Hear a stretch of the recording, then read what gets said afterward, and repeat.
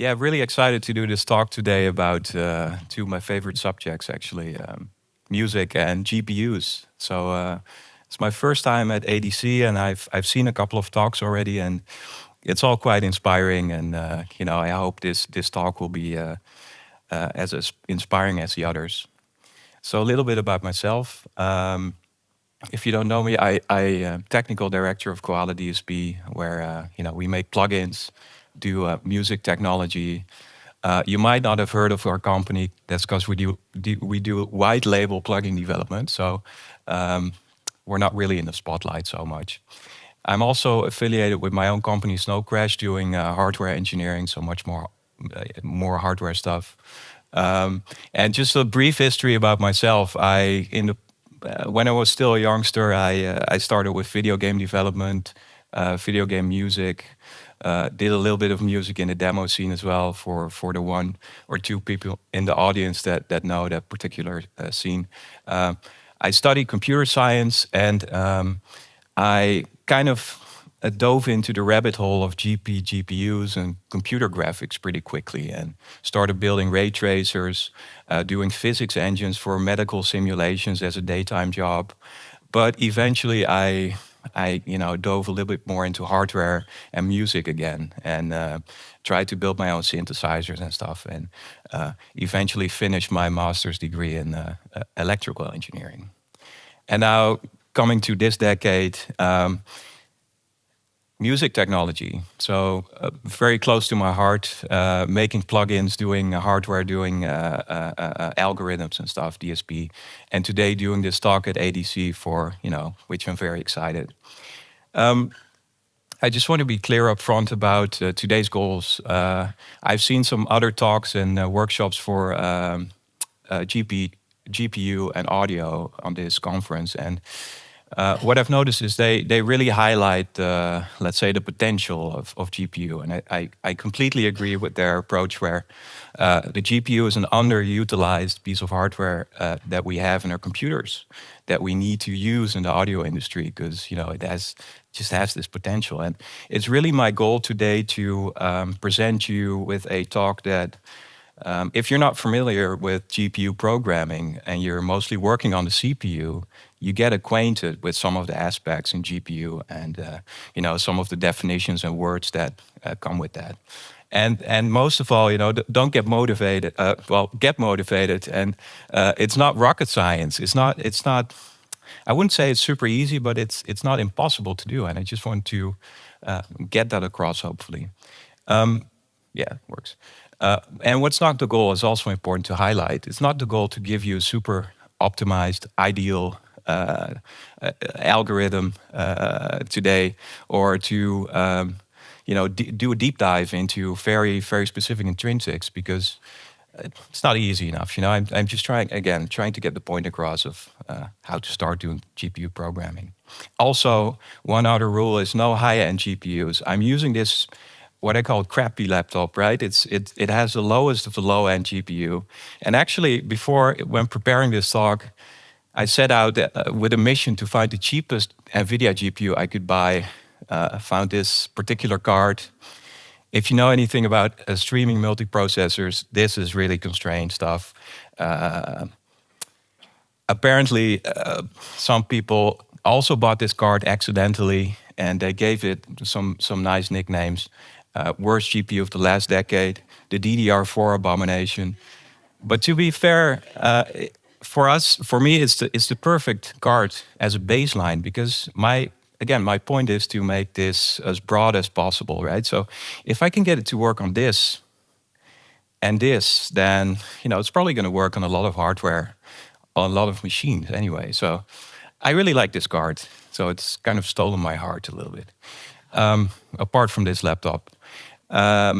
Also, it's not that bad of a card, to be honest. The hardware is very similar to what we would call embedded SoCs from NVIDIA, like the embedded chips, the Tegra chips that we use, for instance, or that are being used, for instance, in the Nintendo Switch and such handheld devices. So it's a good baseline to start from. I just want to point that out. But it is notoriously bad, right?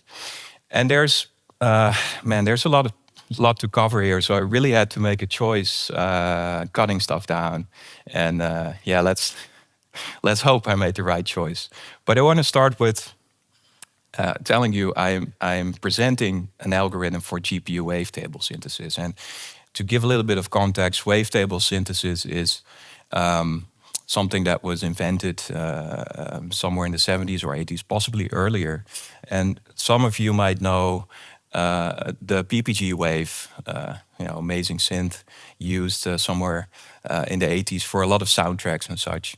I just want to point out a slightly different, more obscure synthesizer that's more of my personal favorite. It's called the VSC MK1. It is actually quite close to what I'm doing here today.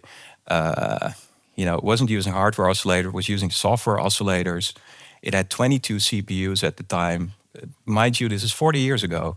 This is an amazing machine, and we'll see how that ties into a lot of the things I'll be presenting. So let's start with wavetable synthesis. I need to do this primer because, it's important to know the fundamentals of wavetable synthesis, I think. Fundamentally, we're just having a periodic waveform, for example, a sawtooth, a sine wave, or whatever, and we sample that at the frequency that we want, so the notes that we're playing. The usual suspects, you'll see them in the corner, together with the synths. This is generally well known as a type of synthesis that's quite flexible, and you can modulate a lot of stuff. And the wavetable typically looks something like this. Now, one of the first things you're going to run into with wavetable synthesis is aliasing, right? Quite a few of you will know exactly what this is and exactly why it's so bad. This is something you want to avoid when you're doing any kind of sampling, essentially. So we have the Nyquist frequency, that is the highest frequency that is essentially allowed. We need to make sure that our harmonics are actually below that. Interestingly enough, remember we're dealing with GPU. So in computer graphics, they have the same kind of issue. Instead of having a one-dimensional waveform, they have two-dimensional images, right? So they kind of have the same problem when they're rendering stuff. It just appears a little bit differently. And for a long time, they've already figured this out. It's called MIP mapping, where at the far end, they will use lower resolution textures to show. So they're essentially downsampling their data. And this is something we can use in the audio industry as well. It's a way of band limiting, as we would call it. And band limiting works as such that, let's say you take your periodic waveform and we play it back at 3 times the speed. So the harmonics are going to shift over that Nyquist frequency back into the audible spectrum.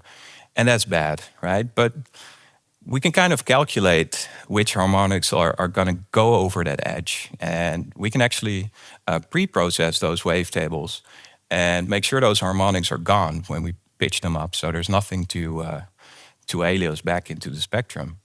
And truth be told, there's a bunch of different algorithms to use here. Alternatively, that have also been presented on this conference. But this is what we're going to focus on. And typically, you would take the FFT of a waveform, remove those harmonics, take the FFT again, and then you have so-called band-limited waveform. Now, you can do that for every single node of the MIDI specification. That's a little bit overdoing it. Generally, we use a little bit cheaper approach where for every octave you have a band-limited waveform, which means that starting at the C note, we have, let's say, the native playback speed, and all the way up to the last note of the octave. We'll use that band-limited waveform to play back. Now, that's going to look something like this. Interestingly enough, the VSC MK1 did this 40 years ago. So again, this is not new technology, right? The problem with that is, let's say you take the last note in an octave. Those harmonics are still going to go over the edge because we're still sampling. We're still pitching up a sample. And the way to solve that is to oversample, right? So we take twice the sampling rate, so we have a little bit of headroom there. Actually, twice as much headroom in the spectrum. Those harmonics are going to fit right into that because as the octave doubles, the frequency also doubles. So the maximum harmonic is going to be exactly in that small space. Yeah. So we oversample. We then use some kind of brick wall filter, possibly a sync filter, attenuate those harmonics and downsample again. So those harmonics are essentially gone. Of course, that's ideal situation, but GPU programming. Okay, so now the actual meat of the talk, I guess. Just a little bit of introduction to the differences here, right? So the CPU, imagine this laptop, it has a CPU, has a bunch of cores. It's doing all sorts of stuff. It's a generic computing device. It's doing drivers, it's doing displays, and it's running a lot of threads and processes. Generally, it's a multitasking machine, piece of hardware for generic stuff with arbitrary program flow, so I can jump from instruction to instruction all the time. If you look at the hardware, and we'll do that in just a second, you'll see that there's tens of hardware threads typically that we can use. Now for GPU, that's totally different actually. So imagine where these GPUs came from, right? Rendering this particular screen, you have 1 million pixels, let's say. And for every pixel, you want to have the same computation. And you run those in parallel, and then the pixels change, right? So this is called a data parallel approach, where we have a single task, lots of data, parallel program flow, and generally, if you look at the hardware, thousands of threads that we can leverage. So how does it look in hardware? Really quick. We have a bunch of cores, ALUs, compute units, memory systems in here. This is all well known, I think. But the GPU is something else, right? It looks much more like a kind of a matrix of computing devices where, we have really a huge amount of compute units that we can use. They're sometimes called embarrassingly parallel.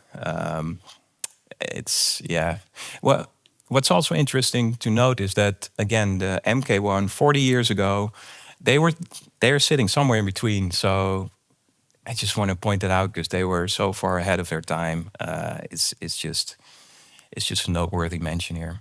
Now, having seen the architecture type of programming, okay, what kind of problems do you generally have on the GPU? And are those problems suitable or not? Or do they map well to the GPU hardware? Now, those problems here, they typically don't, right? So if you have a lot of branch divergence, a lot of if-else cases, jumping around, that's generally not good. Or if you have so-called data non-locality, where memory accesses depend on other memory accesses, and that's. Nowadays, it's getting better because the GPU hardware is much more capable of doing this. But in the old days, let's say 15 years ago, this was a no-go area. And of course, we have the let's say perfect problems, at least to the left, image processing. Taking every pixel, doing something with it, and outputting it to the screen. That's the ideal workload. Now, being on this conference, I tend to believe that audio synthesis is also becoming a bit of well, not a perfect, but a very suitable problem for GPUs. A little bit about definitions that you'll be working with if you're programming. Blocks, warp, threads. We have a block, essentially. Block consists of threads. We have a little bit of shared memory in that block that every thread can use, which is really fast. And we generally have this collection of threads called a warp that kind of have a back channeling communication. So they can, apart from the shared memory, they can communicate to each other. And we'll see why that's useful later. And you're going to have the kernel, and the kernel is just another word for maybe a shader or a program that you can run in the GPU, and it's going to be mapped over onto a block. Now, there's different kinds of platforms, GPU architectures and hardware. we're going to focus on NVIDIA CUDA here because for me it's yeah, it just gives me a little bit more control, low level control over my program, and it's also the language that it started out with 15 years ago. So for me, it's just old school. It's also related to this GPU-based hardware synthesizer that we're working on. So this is kind of a win-win situation where I'm presenting you this, and I'm also leveraging this for my own hardware. So how does that look in terms of code? Well, it looks like this. We have a kernel. Every piece of code inside that kernel is going to get executed on the GPU. And generally, we have a piece of host code that's going to be launching that kernel, right? Now, we're going to need some kind of memory input and output here. This is device memory, so we need to allocate that. So each pointer we pass into the kernel needs to be allocated on the device, right? And what's interesting is that generally this kind of code sits in the same file and is being compiled by the same compiler. So we have both device code and host code in the same file. So you need to be really careful where you're doing things. Of course, we need to mem copy. We need to copy stuff over from host to device and back in order to make something of it. And generally how that's going to work is, well, we can't just malloc or allocate memory as usual because there's a special function for us to use. And that special function makes sure that every piece of memory you allocate sits in the physical memory and not accidentally in swap space, because the GPU will use a mechanism called DMA, direct memory access, to grab it from the physical memory, but it cannot grab it from disk. So this is generally called pinned memory, and it's also quite a bit faster because it bypasses a couple of operating system things. Now we can upgrade that even further by using something called mapped or zero copy memory, where we just pass in a flag to the allocation function, and it's going to take care of the copying itself. So the runtime is going to figure out how to copy stuff here, makes our code easier. For these kind of laptops with an integrated GPU, that's going to be much faster as well. And yeah, generally, if you look at the type of code inside the kernel, you can distinguish different types of memory, right? So we actually have 5 or 6 different types of memory on the GPU that we can use. We have registers, these from the CPU. That's where variables are stored. Global memory, we just allocated that. And we then have shared memory, which I talked about briefly. This is much faster memory. It sits in a block and can be used generally to save states, for instance, or for threads to communicate stuff. We then have constant memory. If you need values that never change but need to be used often, this is perfect. For example, for an IR data.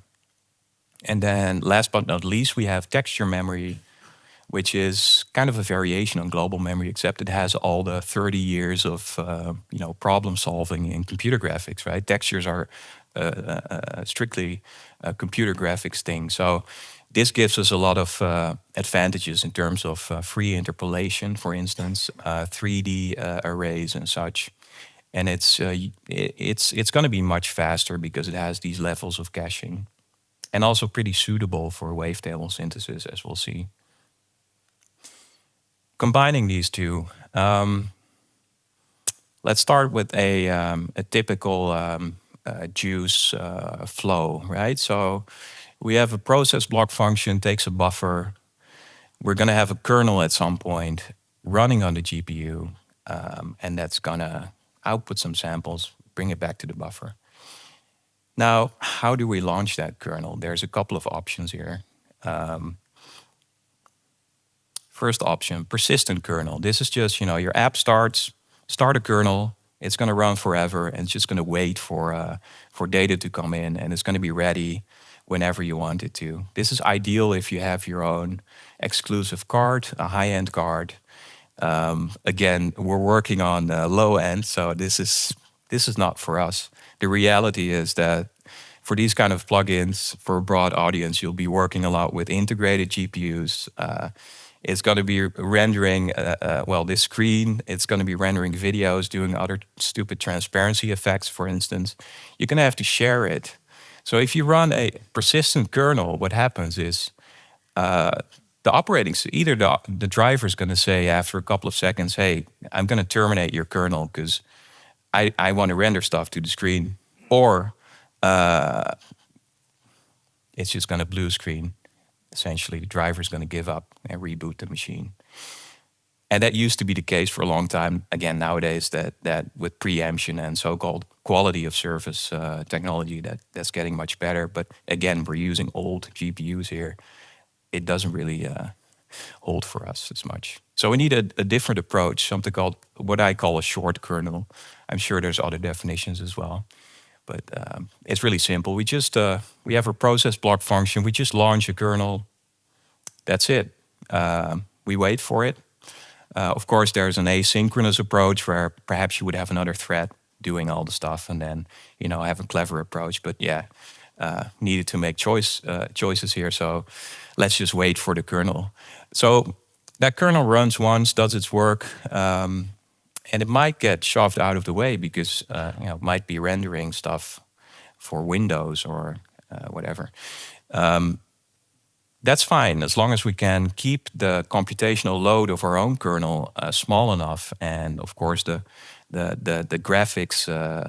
Make sure we don't overload the graphics subsystem. So make sure the user is not playing games at the same time. Let's say, which is unlikely, of course. And if you look at if you take let's say an audio buffer of 512 samples, then that kind of works out to let's say about the same order of magnitude of where the GPU, the graphics are usually rendering at 60 or 120 hertz, for instance. So we have this deadline. As long as we fit in that deadline, that should be good. Now we're going to use the short kernel, and we can use up to 1,024 threads per block. And I guess this is a little bit out of the league of the VRC MK1, and this is also where that story ends. But yeah, you can see that it's for a GPU, it's much more scalable this way, right? So oscillator, how does the oscillator work? Again, we're using texture hardware, so we have these band-limited wavetables. We're going to lay them out into a 3D texture, or what they would call a 2D layer texture, where on one axis we have the samples, another axis we're going to have the cycles, and then on the third axis we're going to have the octaves or the band-limited copies of the original wavetable. And this is going to give us interpolation for free, and really our oscillator function is reduced to simply a texture fetch, and that's it essentially. And what's interesting is that the textures can grow a lot. So we have gigabytes of data here. We can potentially use all sorts of wavetables, many cycles here. So that's useful. And that would look something like this. This would be the wave, the base wavetable. If we go up 4 octaves, it's going to be a little bit more smooth. If we go up to the 8th octave, it's going to be much more smooth because those harmonics are going to be cut off, right? ADSR, pretty easy generally. We have a state variable, a phase, and the rest is just all computation. Unless you want to make it more complicated, also possible. Go right ahead. But essentially, this is the deal for a basic ADSR. Now, where it gets really interesting is the summing part, right? Let's say we have 1,024 oscillators running, threads running. We need to sum those signals at some point. We're going to have 1,000 signals. How are we going to sum those? So the most naive way of doing that would be just a for loop, right? So we have different threads. We designate one thread, tell that one thread to sum up all the signals, output it as a single signal. And I wanted to show this because it does highlight the importance of so-called sync barriers, right? We need to wait for all those threads to have their signals ready before you can sum them, obviously, because yeah, it's a huge multi-threaded system essentially, and we have sync barriers for that purpose. Now, you can see probably that all of these threads are going to hit global memory all the time. Here, it's going to be lots of reads and writes. This is a terrible solution generally, and you can fix that pretty easily by using the shared memory again. So we'll use the shared memory inside a block.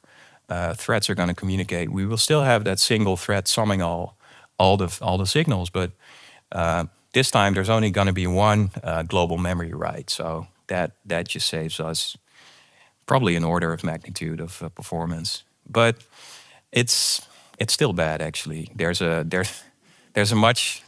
a much better solution, and this is where GPU programming really shines, because it kind of forces you to look at different solutions, right? So we had this concept of a warp, where these threads inside a warp can communicate with each other. We can leverage that using so-called warp reduction, where if you lay out the threads in a tree, they can communicate their summed values together.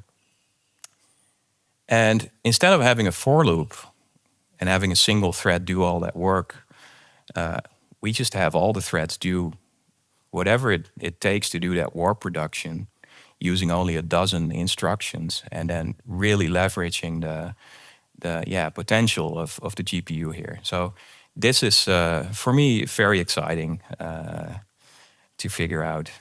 So I did conveniently left out some stuff here, notably the panning and the filter. Panning's pretty easy, I would say. I just use something inspired by Roland GP, again, 80s, 90s, Supersaw, where we're not just panning the oscillators, which of course have only one signal, right? So we need to pan them, make sure we get a stereo image. But we also detune the frequencies a little bit. So all those oscillators are going to have a slightly different place in the audio spectrum. And this kind of computation is perfect because there's no memory accesses here, right? So while those threads are going to be looking up, doing texture fetches or doing other sorts of memory, which will take a while, they're also going to be able to compute all of this stuff in the meantime because they have so many compute units available. Filter, getting back to the oversampling that we needed. So we're oversampling twice. Our sample rate is twice as high. We need some kind of way to filter out those harmonics that went over the spectrum. Of course, sync filter is ideal here, but it's not doable. So we need a windowed sync filter where we truncate the sync. We pull an impulse response and we convolve that impulse response with our audio signal. Now, normally you would do that in the frequency domain. Take an FFT, do your convolving. Not really a perfect solution for GPUs because there's a lot of scattered data dependencies. So there's scattered memory accesses. Generally we don't really want those if possible. And also it's not that trivial to implement, especially if you would try, there's a bunch of libraries out there that you could use specifically for CUDA. Those are not easy to use in general. And also, again, we have the low-end GPUs. Those libraries are often for high-end or newer GPU architectures, and we just don't have that situation. It kind of forces you to look at different solutions. And this is what excites me, because you need this paradigm shift. You need to think of different solutions to get to your goal. Time domain convolvement, it's stupid, right? But I mean, you need many more operations. You're going to have to loop over the IR for every sample. However, we're going to have contiguous data access, so everything's going to be aligned really neatly, and it's just really easy to do this, to implement this. So that's why I've chosen to do it. You only really need a circular buffer and your normally your for loop. But before I explained about the parallel sum, we can use that here as well. So we don't even need that for loop. We just need that dozen of instructions to make sure that those warps will actually do the convolvement for us. And yeah, that's it's a bit of an elegant solution, I think. Now, are we done? I would say pretty much. It's just that you could raise the question, why would you do this? Why would you have a 1024 oscillators? I mean, some people have already asked me this. Well, I would like to refer you to Mahler, specifically a Symphony number 8, where at its premiere he needed more than 1,000 people to play his piece, and of course he was doubling everything, and he was I think there was a children's choir there with 400 children, and the point is that he tried to create this overwhelming wall of sound, this experience, and also what he would call a symphonic universe. And having access to 1,000 oscillators or 1,000 people, it's just a playground to experiment. So you can do a lot of potentially do a lot of stuff that you wouldn't be able to do if you had 16 oscillators, let's say, or 100. Now, to show you a little bit of the obligatory demo, because we're on ADC here, let's see if that goes well. Yeah, I'm good on time. Oh. It's just that the screen is a little bit delayed, so bear with me. Right, so is it running? Yeah. Let's start with a sawtooth. Most of you will know this sound. Pretty basic. This is just one oscillator per voice. I'm playing a 4-note chord. Now, if I double the oscillators or quadruple or whatever, 8 oscillators per voice, and I play the same chord, not really that much of a difference. Maybe in the stereo spectrum. That's because we didn't add any variation. Again, adding in G-tuning, for instance. That brings us somewhere in the 80s or 90s, EDM. Gets more lush, but we can up that a little bit more to 32 oscillators per voice. We get a little bit more of that super saw sound, right? And then, of course, we can up that even further to 256. But this is not really a good example because it's just one waveform. It's not really modulating. So let's take a different sample here. And I'll be using a vocal sample, so a sustained vocal note here. Going back to the first. Really boring sound, I would say. Again, bumping the oscillators up to, let's say, 8 oscillators.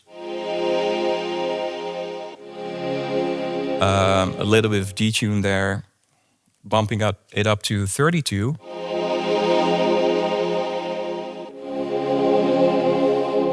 A little bit more, but let's put it all the way to...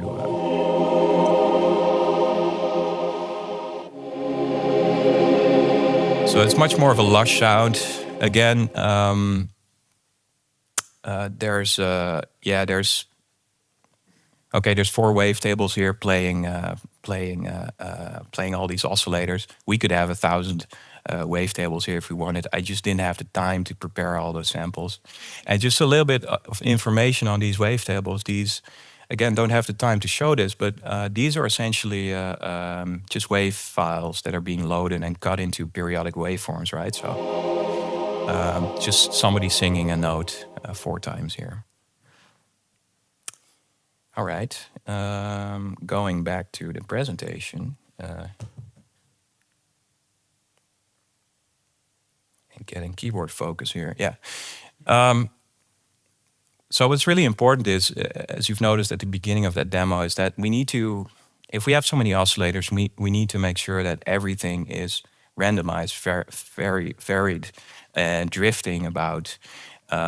Just like, let's say, Mahler's Symphony of 1,000, where every voice has a different timbre. Maybe one person in the choir starts a little bit later than the other. All of this variation creates for the lushness of these types of sounds, and we can do that. We can vary almost every variable that we have in this system, and that's super important. Now for the future, even more variation, of course, more experimentation. This is just the beginning. Again, the plugin I showed you is just a proof of concept, so it wasn't designed in any way. Don't judge me too harshly on it. There's different synthesis algorithms to play around with, possibly also, being inspired by some of the stuff that's been shared here at ADC. I might want to try that out. But also, for instance, emulating delay and reverbs with oscillators sounds pretty interesting to me, where we can actually have these oscillators start at different points in time, or have them filtered with different wavetables. So perhaps we get a delay or reverberation effect with that. Again, we have 1,000 of them, so yeah, it's just a big playground. Cross hardware compatibility. I forgot to to tell you this, but I've shown you CUDA code here, but pretty much everything is just transplantable or portable to OpenCL, Vulkan, Metal. So if you're into that, then you should totally be able to do that.